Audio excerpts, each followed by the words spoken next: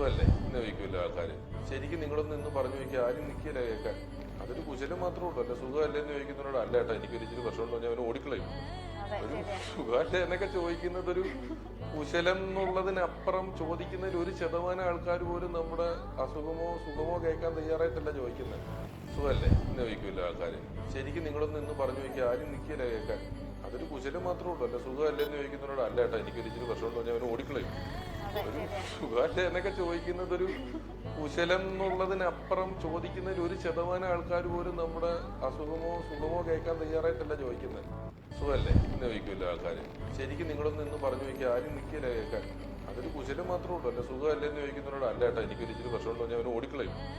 ഒരു സുഖമല്ലേ എന്നൊക്കെ ചോദിക്കുന്നത് ഒരു കുശലം എന്നുള്ളതിനപ്പുറം ചോദിക്കുന്നതിൽ 1% ആൾക്കാർ പോലും നമ്മുടെ അസുഖമോ സുഖമോ കേൾക്കാൻ തയ്യാറായിട്ടല്ല ചോദിക്കുന്നത്.